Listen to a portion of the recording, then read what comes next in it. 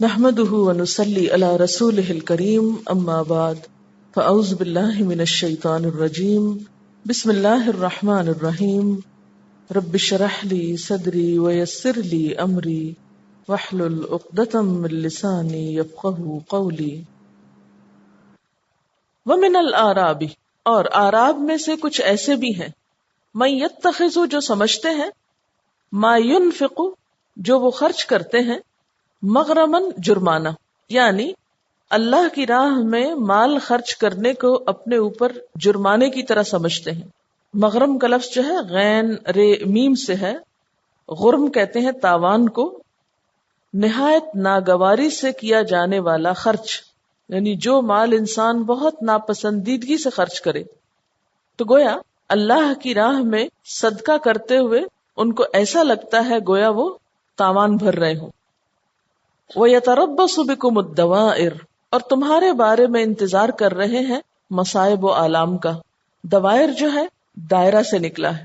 دائرہ کس کو کہتے ہیں؟ سرکل کو۔ تو جو چیز کسی سرکل میں آ جائے، ایک طرح سے ٹریپ ہو جاتی ہے نا، تو مصیبت کے لیے عربی میں دائرہ کا لفظ استعمال ہوتا ہے کہ مصیبت بھی انسان کو اسی طرح گھیر لیتی ہے جیسے دائرہ اپنے اندر کے جگہ کو گھیر لیتا ہے۔ عربی میں گردش مصیبت کے لیے دائرہ کا لفظ استعمال ہوتا ہے۔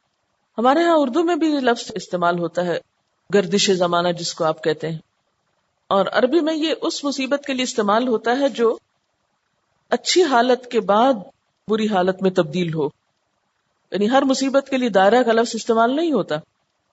ایک اچھی حالت جب بری حالت سے بدل جائے تو اس کے لیے لفظ دائرہ استعمال ہوتا ہے، روٹ اس کا دور ہے۔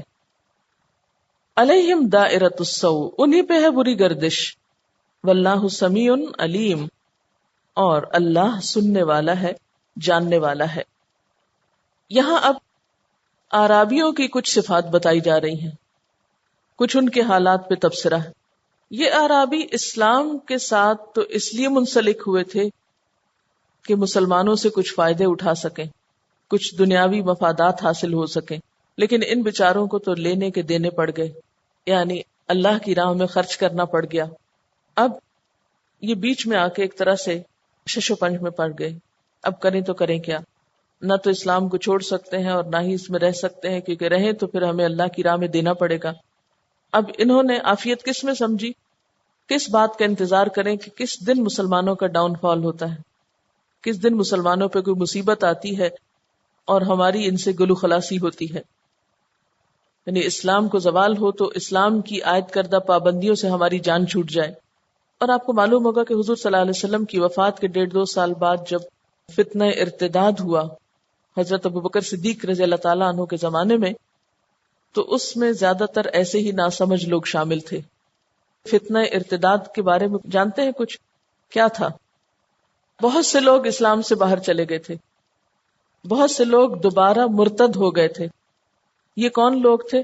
یہ اسی قسم کے لوگ تھے جو انتظار میں بیٹھے ہوئے تھے کہ کس وقت حضور صلی اللہ علیہ وسلم کی وفات ہو، ان مسلمانوں پہ کوئی مصیبت آئے اور ہمیں کوئی پوچھنے والا باقی نہ رہے تو ہم اپنی پہلی حالت پہ لوٹ جائیں۔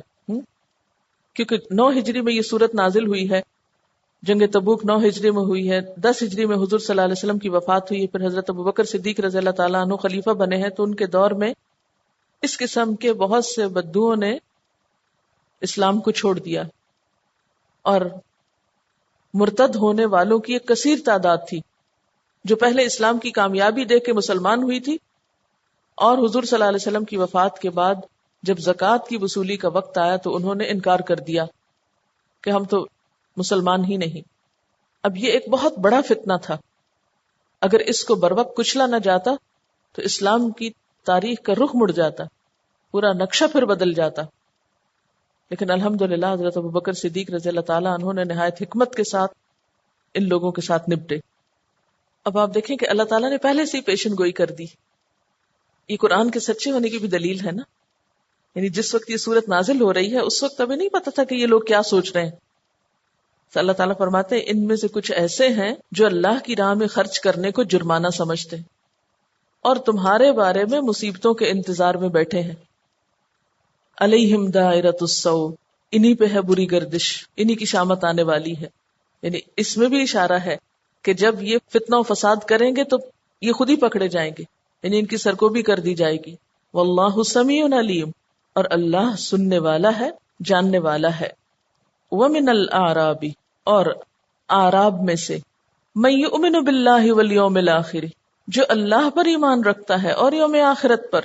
یعنی سارے بدو، یہ سارے اعرابی برابر نہیں ہیں، ان میں سے کچھ تو مخلص مومن ہیں. وَيَتَّخِذُ مَا يُنْفِقُ قُرُبَاتٍ عِنْدَ اللَّهِ، اور وہ سمجھتا ہے جو کچھ وہ خرچ کرتا ہے قربت کا ذریعہ اللہ کے نزدیک، یعنی وہ زکوٰۃ صدقہ دے کر اللہ کا قرب چاہتا ہے، اس کو قرب کا ذریعہ سمجھتا ہے، تاوان نہیں سمجھتا. وصلوات الرسول، اور رسول صلی اللہ علیہ وسلم کی دعائیں لینے کا متمنی ہے. الا انہا قربۃ لہم، سنو بے شک وہ قربت کا ذریعہ ہے ان کے لیے.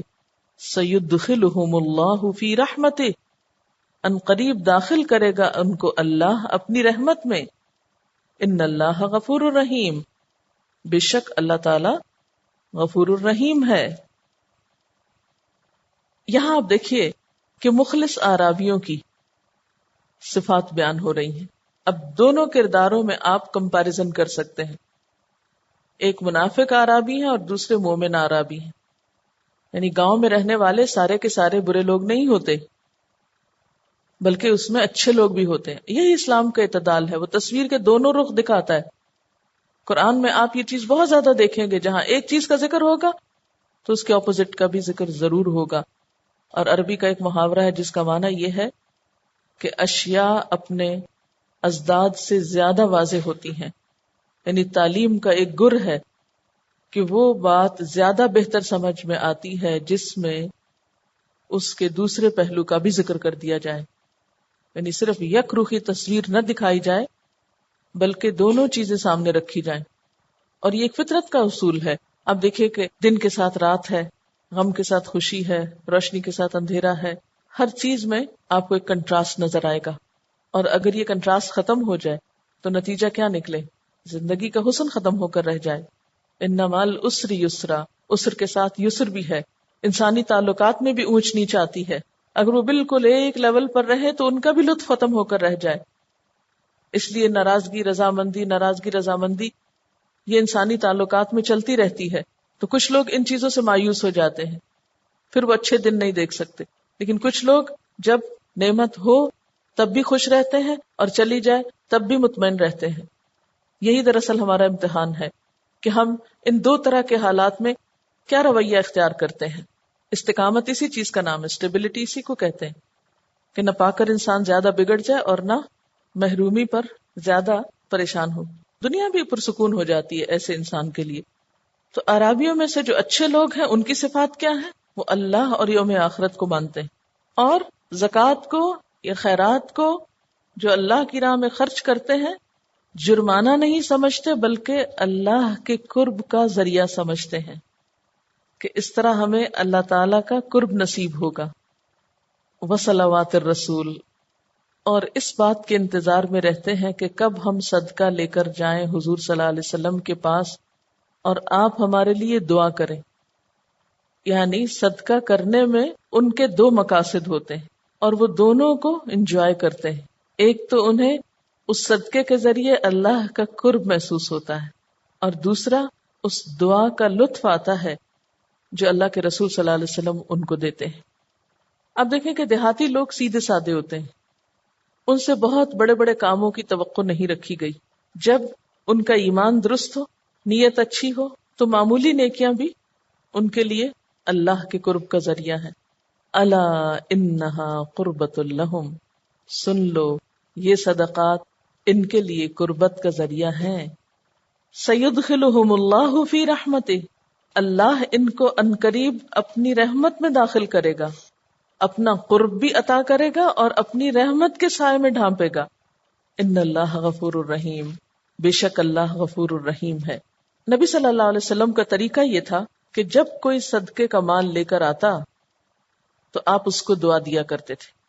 مثلا بخاری کی ایک حدیث سے پتہ چلتا ہے کہ ابو اوفا کچھ صدقہ لے کر آئے تو آپ صلی اللہ علیہ وسلم نے ان کے لیے یوں دعا کی، اللہم صلی علی آل ابی اوفا، اے اللہ ابو اوفا کی آل پر رحمت نازل فرما، کیونکہ اللہ تعالیٰ نے آپ کو حکم دیا تھا کہ خذ من اموالہم صدقۃ تطہرہم بہا وتزکیہم وصلی علیہم ان صلاتک سکن لہم، ان کے مالوں میں سے صدقہ لیجئے، انہیں پاک کیجئے، ان کا تزکیہ کیجئے، ان کے لیے دعا کیجئے، کیونکہ آپ کی دعا ان کے لیے سکون کا باعث ہے۔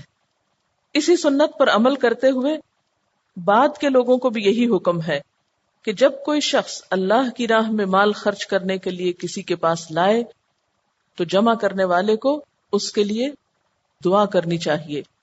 ایک اور بات جو یہاں سے پتہ چلتی ہے وہ یہ کہ جو شخص نیک نیتی کے ساتھ صدقہ کرتا ہے اس کو ضرور اللہ کا قرب ملتا ہے، وہ اس کی رحمت کو پا لیتا ہے۔ تو اگر کوئی شخص اللہ کی رحمت اور قرب چاہتا ہے تو اس کے لیے یہ راستہ کھلا ہے۔ لیکن بات یہ ہے کہ صدقہ کرنا تو دور کی بات، ہم تو فرض بھی ادا نہیں کرتے۔ پتہ ہے آپ کو کوئی فرض یا قرض آپ کی ذمہ تو نہیں؟ سوچیں، الا انہا قربۃ لہم سیدخلہم اللہ فی رحمتہ ان اللہ غفور الرحیم۔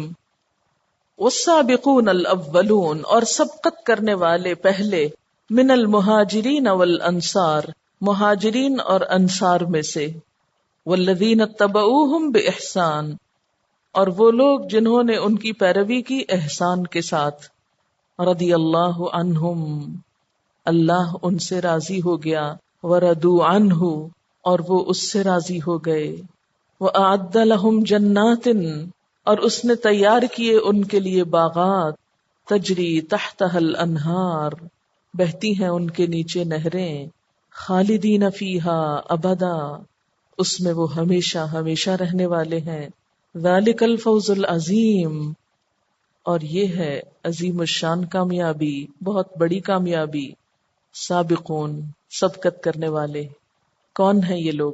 الاولون، اول آنے والے نیکی کے کاموں میں، کہاں کے؟ من المہاجرین والانصار، مہاجرین و انصار میں سے۔ صحابہ کی شان بیان ہو رہی ہے کہ جنہوں نے نیکی کے کام میں جلدی کی، تاخیر نہ کی، ٹال مٹول نہ کی، سستی نہ کی۔ اس آیت کی جب مفسرین نے تفسیر کی تو پھر انہوں نے یہ شناخت کرنے کی کوشش کی کہ اس گروپ میں کس کو شامل کیا جا سکتا ہے۔ تو جو مختلف طرح کی تفسیریں ہوئی وہ میں آپ کے سامنے رکھ دیتی ہوں۔ ایک رائے تو یہ ہے کہ یہ وہ لوگ ہیں جنہوں نے مکہ میں سب سے پہلے اسلام قبول کیا اور مدینہ میں بھی سب سے پہلے اسلام قبول کیا، یعنی اسلام قبول کرنے میں جنہوں نے سبقت کی۔ تو مکہ میں کون تھے وہ لوگ؟ خواتین میں حضرت خدیجہ رضی اللہ تعالی عنہا، بچوں میں حضرت علی رضی اللہ تعالی عنہ، غلاموں میں حضرت زید رضی اللہ تعالی عنہ۔ یہ تین افراد آپ کے اپنے ہی گھرانے کے تھے۔ مردوں میں حضرت ابو بکر رضی اللہ تعالی عنہ، اور اس کے بعد کچھ اور صحابہ بھی جن کے نام تاریخ میں ملتے ہیں۔ پھر اسی طرح مدینہ میں کچھ لوگ ایسے تھے جنہوں نے سب سے پہلے اسلام قبول کیا۔ دوسرا معنی اس کا یہ کیا گیا ہے کہ تحویل قبلہ سے پہلے مسلمان ہونے والے مہاجرین و انصار، تحویل قبلہ جس کا ذکر آپ دوسرے پارے میں پڑھ چکے ہیں کہ اس سے پہلے پہلے جو مسلمان ہوئے۔ تیسری رائے یہ ہے کہ جن لوگوں نے جنگ بدر میں شرکت کی۔ چوتھی رائے یہ کہ وہ صحابہ جو حدیبیہ میں بیعت رضوان میں حاضر تھے، کیونکہ ان کے بارے میں بھی آتا ہے نا، رضی اللہ عنہم ورضوا عنہ، جو خوشخبری ان کے بارے میں ہے۔ تو بہرحال والسابقون الاولون، اور یہ سابقون دونوں گروہوں میں سے ہیں، من المہاجرین والانصار، مہاجرین میں سے بھی ہیں اور انصار میں سے بھی ہیں، والذین اتبعوہم باحسان، اور وہ لوگ جنہوں نے ان کی پیروی کی احسان کے ساتھ۔ احسان کا معنی اخلاص کے ساتھ، خوبصورت طریقے کے ساتھ، اچھے انداز میں۔ کس کی پیروی کی؟ اتبعوہم کی ضمیر کس کی طرف جا رہی؟ صحابہ کی طرف۔ تو اس آیت سے کیا پتہ چلتا ہے کہ اللہ تعالیٰ کا حکم ماننے کے بعد، رسول اللہ صلی اللہ علیہ وسلم کے اتباع کے بعد پھر کس کا اتباع کرنا چاہیے ہم کو؟ صحابہ کرام کا، صراط الذین انعمت علیہم، کیونکہ وہ لوگ اللہ کی نگاہوں میں مقبول تھے، ان کے عمل اللہ کے ہاں قبول تھے، اللہ تعالیٰ نے ان کو بہت بڑا مقام اور درجہ دیا۔ تو ہمارے ہیروز اور ہمارے آئیڈیلز وہی ہونے چاہیے. تو وہ لوگ جنہوں نے ان کی پیروی کی. چونکہ جب ہم آیت کا پہلا حصہ پڑھتے ہیں نا، اچھا مہاجرین اور انصار، نہ ہم مہاجرین میں سے ہیں نہ انصار میں سے، اب ہم کیا کر سکتے ہیں؟ تو فرمایا وہ جو ان کی پیروی کریں گے احسان کے ساتھ، خوبصورتی کے ساتھ، اچھے طریقے سے. اس سے ایک تو اصطلاحی تابعین مراد ہے. تابعین کا لفظ سنا ہوگا آپ نے، پڑھا ہوگا. اور بعض کے خیال میں صرف تابعین ہی مراد نہیں بلکہ قیامت تک کے متبعین. تابع اور متبع میں کیا فرق ہوتا ہے؟ تابعین تو ایک اصطلاح ہے جنہوں نے صحابہ کرام کو دیکھا، ان کی کمپنی اور صحبت پائی، ان کا ساتھ دیا، ان کی مدد کی. اور متبعین میں تابعین اور تبع تابعین کے بعد کے لوگ جو ہیں وہ پھر متبعین کہلاتے ہیں، جو انہی کے طریقے پر چلے، انہی کے نقش قدم پر چلے، جنہوں نے ان کی پیروی کی. تو دین کی اصل روح جو ہے وہ صحابہ کے زمانے ہی میں ملتی ہے. دین کی عملی مثالیں، یعنی کسی بھی کام کو کرنے کا عملی طریقہ کیا ہو یہ سمجھ میں نہیں آتا جب تک کہ صحابہ کرام کی زندگی ہمارے سامنے نہ ہو. تو اس کی پیروی کرنا جو ہے وہ بھی انتہائی ضروری ہے ان سب لوگوں سے. یعنی اس میں کتنی بڑی خوشخبری ہے نا. اور ویسے بھی انسان جن سے محبت کرے انہی میں سے ہے، لیکن شرط یہ ہے نا کہ پھر ہم کام بھی ان جیسے کریں. وہ تو سابقون تھے، نیکی کے ہر کام میں آگے بڑھنے والے، اور ہم ہر کام میں ٹال مٹول کرنے والے، کام چوری کرنے والے. اور کام چوری کس کی صفت تھی؟ اور کام نہ کرنے کے بہانے کرنا کس کی صفت تھی؟ منافقین کی. ہم زبان سے تو اپنے آپ کو سچا مومن کہتے ہیں، سچے مومن ہونے کا دعویٰ کرتے ہیں، لیکن عملی طور پر پریکٹیکلی ہم میں سے کتنے لوگ ہیں جو کسی کام کو کرنے میں، کام کو لینے میں خوش ہوتے ہیں؟ کیا ہمارا عمومی رویہ یہی نہیں کہ ہم اس وقت خوش ہوتے ہیں جب ہم کسی ذمہ داری سے بچ جاتے ہیں؟ آیت 81 میں بھی یہی نفسیات بیان ہوئی ہے. آج بھی تو ایسا ہی ہے. جب بھی کوئی اہم اور مشکل کام درپیش ہوتا ہے تو سب جان چھڑا جاتے ہیں، بھاگ جاتے ہیں. وہ سابقون نیکی میں دوڑ لگانے والے تھے. سباق دوڑ کو کہتے ہیں نا، سبقت کرنا، آگے نکلنا، بھاگنا. اور ہم جب کوئی کام آنے لگتا ہے تو واپس بھاگتے ہیں، واپسی کی دوڑ تیز ہوتی. جس کے ذمہ کام ڈالا جائے اس کی ذمہ داری ہے کرنا، باقی خوش ہیں کہ جان بچ گئی، کام نہ کرنا پڑا. اور دوسری بات یہ بھی کہ جو خود کام نہیں کرتے عموماً وہ دوسروں کو بھی ڈسکریج کرتے ہیں. اپنی سہولت دیکھو، یہ کیا تم نے اپنے اوپر اتنا جنجال لے لیا ہے. کاش ہم سمجھ جائیں کہ آج کا تھکنا کل کا آرام ہے، آج کی گرمی کل کی ٹھنڈک ہے، آج کا نقصان کل کا نفع ہے. ہمیں چھوٹے چھوٹے کاموں میں اپنے آپ کو چیک کرتے رہنا چاہیے کہ ہم معذر ہیں یا معذور ہیں. واقعی ہماری کوئی حقیقی مجبوری ہے یا ہم بہانے باز ہیں کہ صرف آرام طلب ہیں کہ کام نہ کرنا پڑے.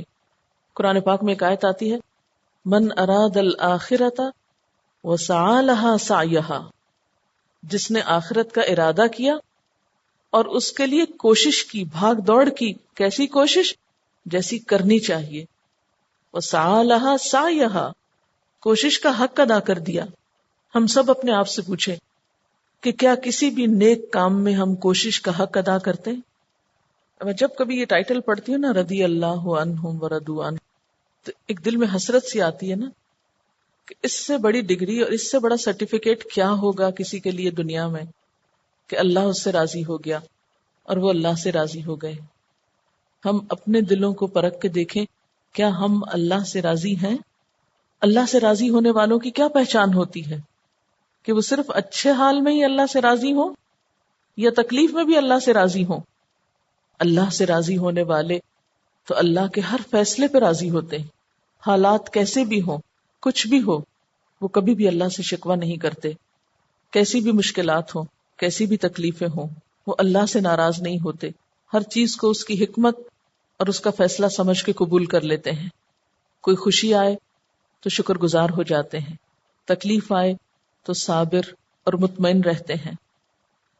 کسی حال میں بھی اپنی امید کے چراغ کو گل نہیں ہونے دیتے.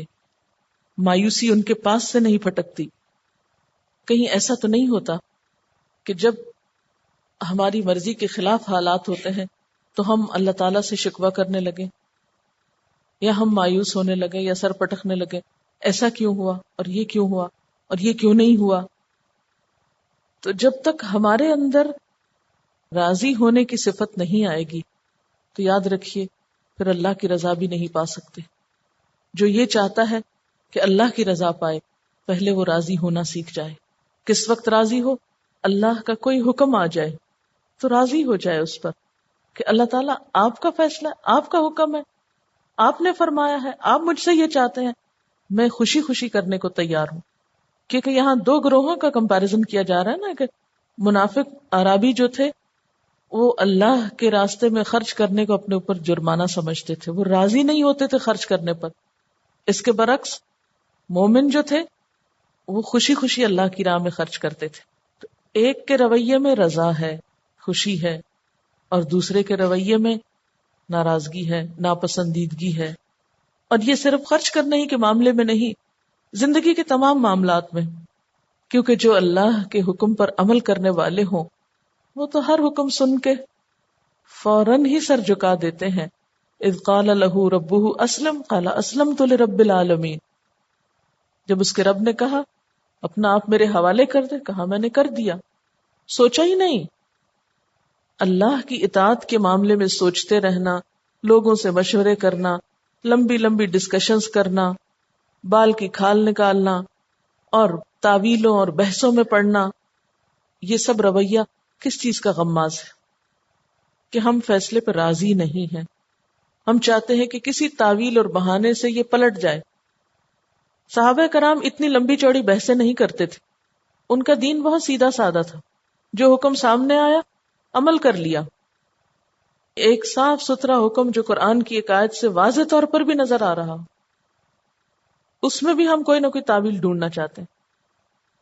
تو جب ہم ہی راضی نہیں اللہ کے احکامات پر، اس کی مرضی پر، اس کی اطاعت پر، تو پھر اس کی رضا کہاں سے آئے گی؟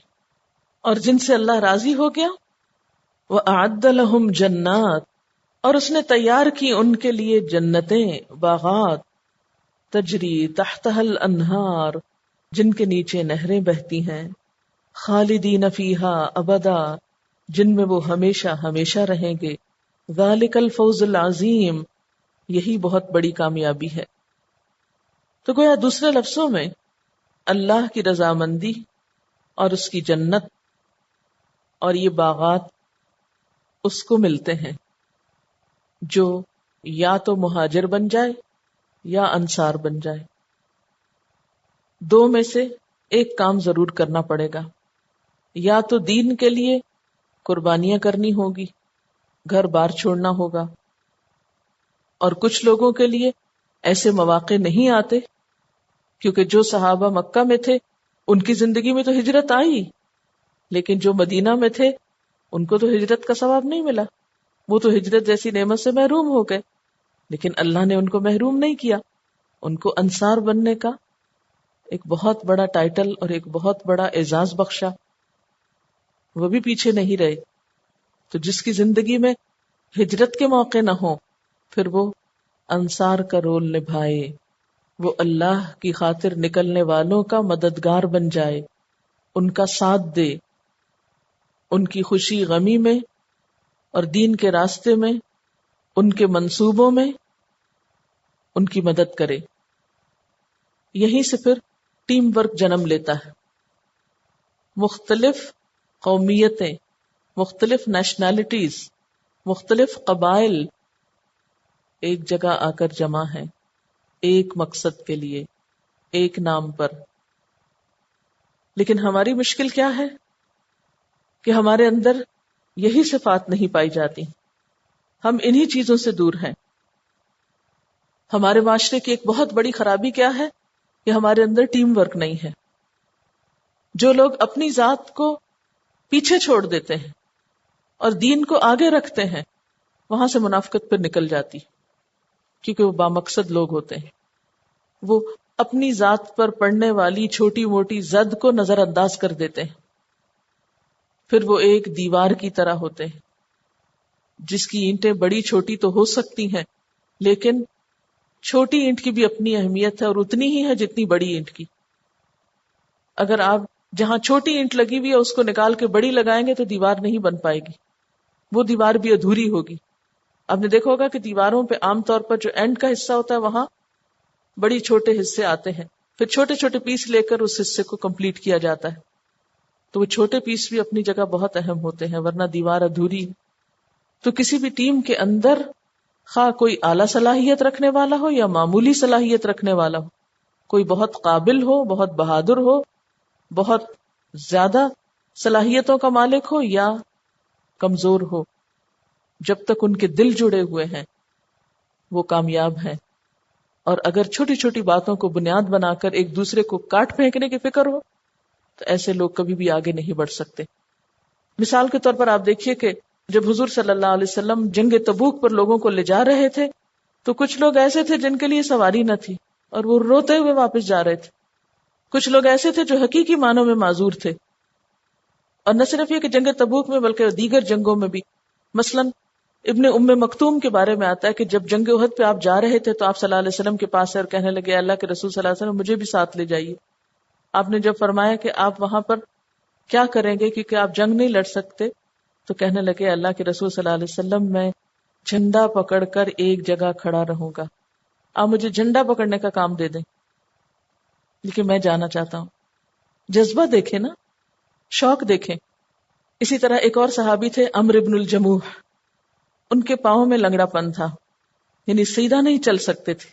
کہنے لگے اللہ کے رسول صلی اللہ علیہ وسلم مجھے بھی ساتھ لے جائیے. آپ نے فرمایا کہ اللہ نے تمہیں معذور رکھا ہے، تمہارا عذر قبول کیا ہے، تم پیچھے رہ کے بھی پورا اجر پالو گے. کہنے لگے کہ اللہ کے رسول صلی اللہ علیہ وسلم میں اپنی اسی لنگڑاتی ٹانگ کے ساتھ جنت میں جانا چاہتا ہوں، میں جا کر شہید بھی ہو جاؤں تو میں گھسٹ گھسٹ کے جنت میں چلا جاؤں گا. یعنی آگے بڑھ بڑھ کے قربانی کرنے والے اور ذمہ داری لینے والے لوگ تھے. آپ دیکھیے کہ جو بہانے کرنے والے منافق تھے ان کے لیے لفظ استعمال ہوا تھا یحلفون لکم لترضوا عنہم فإن ترضوا عنہم فإن اللہ لا یرضی عن القوم الفاسقین. اس کے برعکس سچے مومنوں کے لیے رضی اللہ عنہم ورضوا عنہ.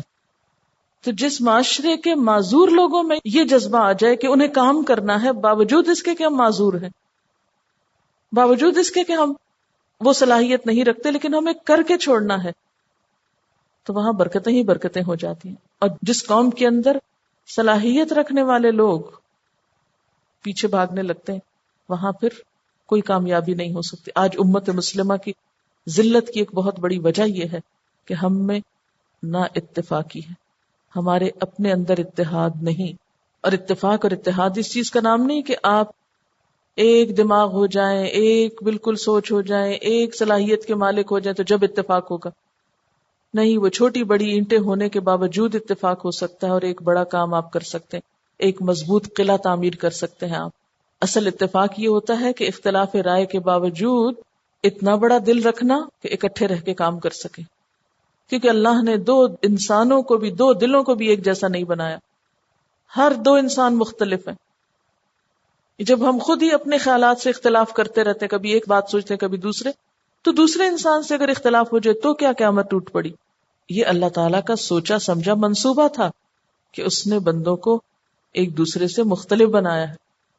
کبھی آپ سوچیں کہ اگر آپ کو اپنی کسی چیز پر ناز ہے اور دوسرے کی کسی چیز کو آپ کم نگاہوں سے دیکھتے ہیں، سوچیں اگر اللہ آپ کو وہ بنا دیتا اور آپ والی نعمتیں اس کو دے دیتا، پھر آپ کیا کرتے؟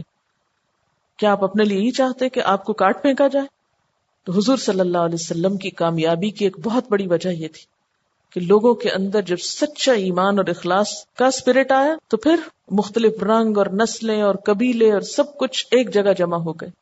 تو جب تک ہمارے اندر بھی، یعنی آج کے مسلمانوں کے اندر بھی جب تک اتحاد نہیں ہوتا، اتفاق نہیں ہوتا، اس وقت تک کامیاب نہیں آپ ہو سکتے. اور بہت سی چیزیں ایسی ہیں جو تنہا آپ کر ہی نہیں سکتے. جس گھر میں اتفاق نہیں، جس بزنس میں اتفاق نہیں، جس کام میں اتفاق نہیں، وہاں پر کوئی برکت نہیں. اور مدینہ میں آپ دیکھیے کہ 80-82 منافق تھے صرف، اور کس طرح یہ لوگ فتنہ برپا کیے ہوئے تھے، مسلمانوں کی جڑوں کو کھوکھلا کر رہے تھے. تو منافقت کہیں پر بھی ہو نقصان دہ ہے، اتحاد کے منافی ہے. وآخر دعوانا ان الحمد للہ رب العالمین. سبحانک اللہم وبحمدک نشہد ان لا الہ الا انت نستغفرک ونتوب الیک. السلام علیکم ورحمۃ اللہ وبرکاتہ.